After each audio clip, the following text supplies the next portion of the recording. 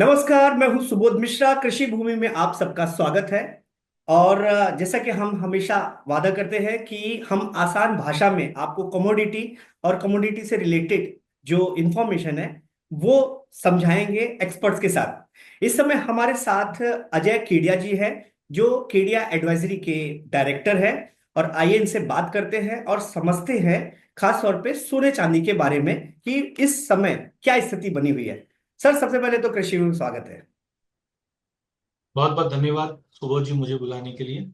Sir, शुरू करते हैं। सबसे पहले मैं ये जानना चाहता हूं कि इस समय वैसे भी आप भी समझते हैं, लोग भी जान रहे हैं कि चाहे सोना हो और चांदी, सोना तो इस साल 18% तक उसने जो है ऊंचाइयां छुई हैं। और चांदी ने भी 11-12% तक की ऊंचाई छुई है। तो सर, इस साल जो तेजी के जो नए नए आयाम बना रहा है सोना, चाहे डोमेस्टिक हो इंटरनेशनल की बात करें, तो वजह क्या है? क्या आपके नजरिया क्या है? आप क्या बोलते हैं इसके बारे में? सुबोध जी बिल्कुल, अगर हम बात करें 2024 में इंटरनेशनल में 28% और अब अगर अपन 12-13% की तेजी जोड़ते हैं तो लगभग 40% की तेजी इंटरनेशनल में हो गई है और डोमेस्टिक मार्केट में भी लगभग 30 से 32% की तेजी हमने सोने में देखी है। सोने में पिछले साल और अभी तक की जो तेजी आई है वो सभी असेट क्लास को मात देते हुए दिखाई दिया। आज इक्विटी में हम करेक्शन देख रहे हैं, प्रॉपर्टी में स्टैग्नेंसी देख रहे हैं और कहीं ना कहीं सोना ही एक ऐसा विकल्प रहा है जहां पे बेहतरीन रिटर्न बना है। मुझे लगता है कि पिछले साल जैसे हम geopolitical tension, recession, central bank की बाइंग और ईटीएफ में बाइंग, ये चार पांच कारण की वजह से, इनफैक्ट डॉलर इंडेक्स में भी गिरावट थी, तो इन चार पांच कारण की वजह से हमने सोने में एक लगातार बड़ी तेजी बनते हुए देखी। बट 2025 काफी सरप्राइज रहा है और सरप्राइज होना भी चाहिए क्योंकि डोनाल्ड ट्रंप का आगमन से हम जानते हैं कि जनरली डोनाल्ड ट्रंप अपने ट्वीट के लिए जाने जाते हैं और जिस ढंग से उन्होंने बैक टू बैक आने के बाद टैरिफ वॉर स्टार्ट कर चुकी है, चाहे मैक्सिको के अगेंस्ट हो, चाहे कनाडा हो, चाहे चाइना हो, इनफैक्ट ब्रिक्स कंट्रीज हो, तो उसी की वजह से अनसर्टेनिटी का माहौल बना और पिछले 1.5 महीने के अंदर अंदर ही सोने ने लगभग 12 से 13% की तेजी अब तक दिखा चुका है। चांदी थोड़ी सी पिछड़ती हुई दिखाई दी बट अब वो भी बैच कर रही है, तो कुल मिलाकर सोने और चांदी में अब तक जो 12.5-13% की तेजी आई है उसका मुख्य कारण रहा है टैरिफ वॉर, नो डाउट। लड़ाई, वॉर, सेंट्रल बैंक की बाइंग, फिजिकल बाइंग, ये सब अभी भी चल रही है बट सबसे बड़ा जो ट्रिगर रहा है वो डोनाल्ड ट्रंप का आना और टैरिफ वॉर का स्टार्ट करना रहा है। सर, इतनी बड़ी तेजी में जहां अभी बात अगर की जाए तो रशिया और यूएस के बीच में बैठक हुई है जो शांति को लेकर के। और पहले भी डोनाल्ड ट्रम्प ने भी ये बोला हुआ था कि वो आएंगे तो ये यूक्रेन और रशिया का वार है उसको शांत कराएंगे। तो सर, क्या लगता है ये जो पहली बैठक हुई है और अगर ये सफल हुई, अगर जिस तरह से चल रहा है, यूक्रेन को भी दबाया है यूएस ने, अगर ये सफल हुई तो क्या सोना वापस गोता लगाएगा? देखिए, जनरली जब भी तेजी आती है उसके पीछे मल्टीपल फैक्टर होता है, नो डाउट। आज जब हम जो तेजी देख रहे हैं कि लगभग हम $3,000 के हम बोल सकते हैं पायदान के ऊपर खड़े हैं, 2950 तो हो ही गया है। तो इसके अंदर ऐसा नहीं है कि खाली ये जो लड़ाई है इसी का, क्योंकि आज देखिए रशिया यूक्रेन की लड़ाई कोई आज से नई नहीं है। ये 2022 फेब मार्च में स्टार्ट हुई, तो लगभग आज हम 3 साल से इसमें मतलब इसका वॉर प्रीमियम बना हुआ है, तो वो तो मुझे लगता है कि डिस्काउंट हो चुका है। इसके अलावा सेंट्रल बैंक की बाइंग, मिडिल ईस्ट का टेंशन, रिसेशन, इंटरेस्ट रेट, ये सारे फैक्टर्स भी है। बट हाँ, ये बोलना गलत नहीं होगा कि अगर जिस ढंग से हमने देखा फर्स्ट फेज की जो वार्तालाप हुई है वहां पे ये आशंका लगाई जा रही है कि कहीं ना कहीं ये पीस टॉक आगे कंटिन्यू हो सकती है।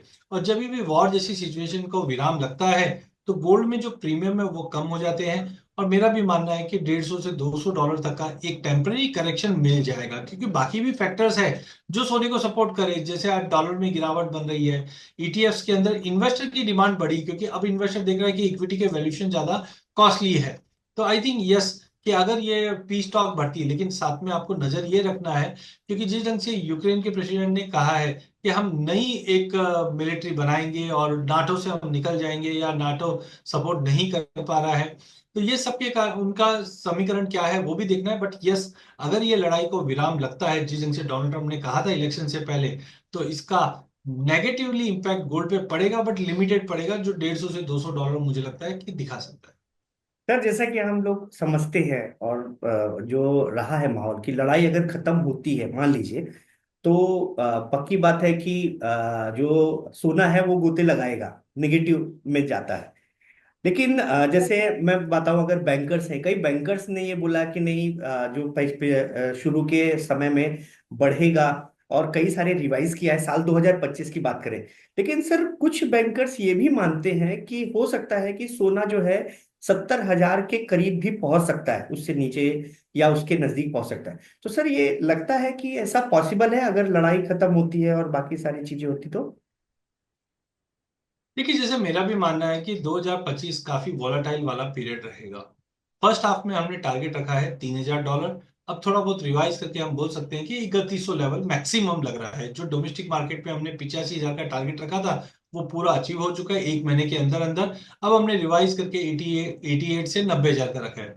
बट हाँ, मेरा भी मानना है second half is going to be important, because एक चीज समझिए कि सोना अब खाली कंजम्पशन के लिए भी नहीं, साथ साथ में इन्वेस्टमेंट के लिए भी जाना जाता है।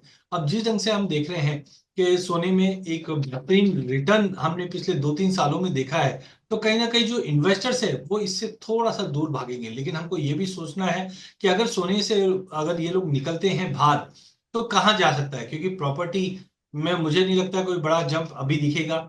बॉन्ड्स की बात करें तो जिस ढंग से interest rate cut ECB, bank of England, Fed, RBI, ये जब जो रेट कट्स कर रहे हैं, इसकी वजह से पैसा बॉन्ड में भी नहीं जाएगा। तो विकल्प क्या बच जाता है? तो विकल्प में दो चार ही बच जाते हैं। सोने से निकलता है तो अदर बेस मेटल हो सकता है, एग्री कमोडिटी हो सकती है, ये देखने वाली चीज होगी।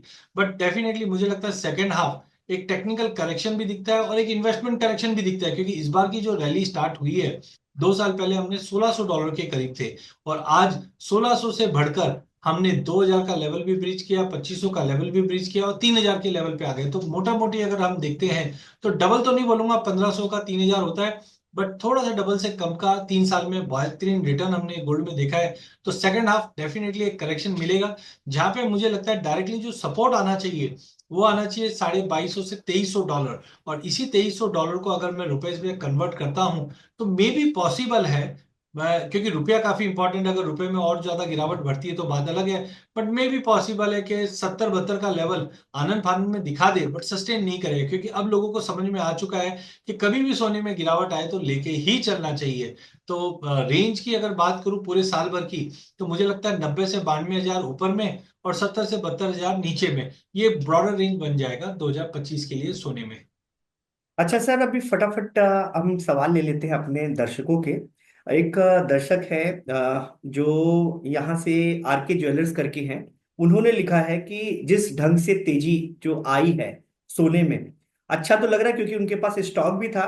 लेकिन अभी जैसे साल 2011 में तेजी के बाद सोना टूटा था, तो अगर इस बार भी ऐसा हुआ तो उनका कहना है कि क्या करें, इस तरह की अगर उठापटक होती है तो ऐसे में वो कैसे अपने को बचाए?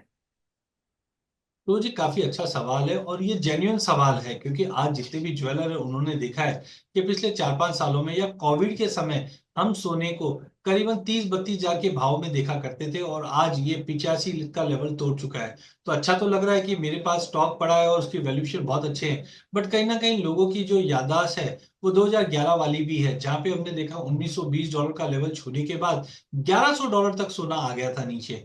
तो मुझे लगता है कि ये थोड़ी चिंता की बात है, बट इसके ऑप्शंस अब आ चुके हैं। तो पहला चीज है कि अगर आपके पास आपका स्टॉक पड़ा हुआ है और आपको ऐसा डर लगता है कि मार्केट वापस गिर गया तो मुझे वैल्यूएशन लॉस होगा, तो उसके लिए आपको हैजिंग टेक्नोलॉजी, हैजिंग की स्ट्रेटजी अपनानी पड़ेगी।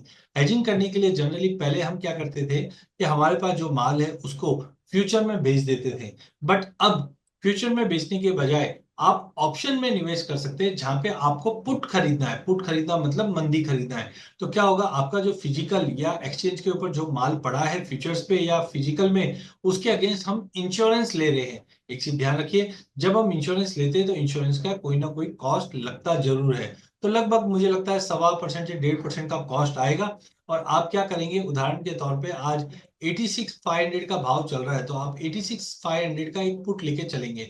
जब तक मार्केट तेजी में चलेगा तब तक आपका वैल्यूएशन बढ़ता जाएगा। लेकिन खुदा ना खास्ता अगर मार्केट यहाँ से 86,000 का लेवल टूटकर लेट से 2, 2.5, 3 हजार का करेक्शन आ जाता है, तो कहीं ना कहीं आपको उसका बेनिफिट मिलता हुआ दिखाई देगा, जिसको हम बोलते हैं कहीं ना कहीं आपने आपकी पोजीशन को हेज किया। तो जितने भी ज्वेलर्स हैं, इनसे रिक्वेस्ट है कि अब जिस ढंग से अगर पी स्टॉक कंटिन्यू होता है और कहीं ना कहीं अगर विराम लगता है युद्ध को, तो सोने और चांदी में अगर करेक्शन आए, उसके लिए आप इंश्योरेंस लेके चलिए। इंश्योरेंस लेने के लिए आपको पुट लेना पड़ेगा।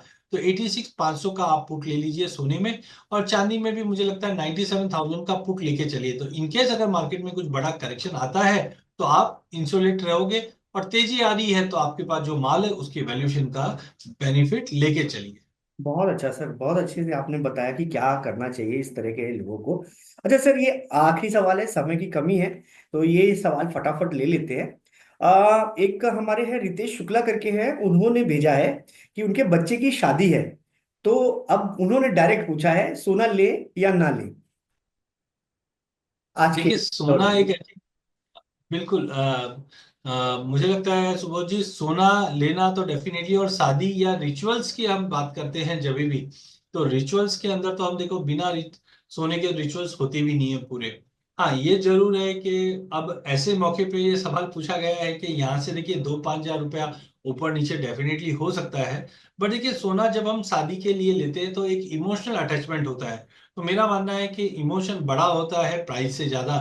तो बिल्कुल इनको सोना लेना चाहिए। हाँ, एक तरीके से ये कर सकते हैं कि पीस मैनर में, क्योंकि अगर शादी इनकी समझो मार्च अप्रैल में है या और लेटर इन द ईयर है, तो छोटा छोटा क्वांटिटी आप अभी से सितंबर लेना में है स्टार्ट सर, करिए। सितंबर के करीब है। बिल्कुल। तो सितंबर में देखिए, मुझे लगता है 6-8 महीना है, तो उम्मीद तो है कि प्राइजेस के अंदर थोड़ा बहुत करेक्शन मिल जाए। बट डोंट एक्सपेक्ट, देखिए शादी ब्याह का टाइम है, समय है, तो मुझे लगता है थोड़ा थोड़ा बुकिंग कर लेना चाहिए। हाँ, मे बी पॉसिबल है कि 90,000 का लेवल दिखाने के बाद वापस हम 80 या 80 के नीचे देख पाए। लेकिन आई थिंक अगर शादी का काम है तो आप 1,000-2,000 का 5,000 का मूवमेंट ना देखिए।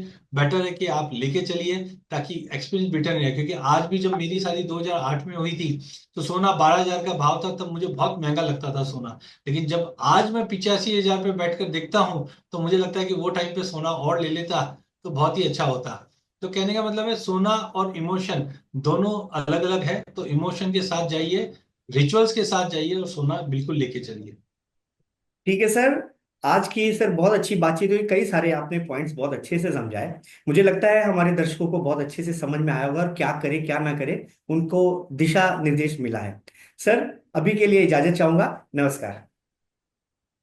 बहुत बहुत धन्यवाद।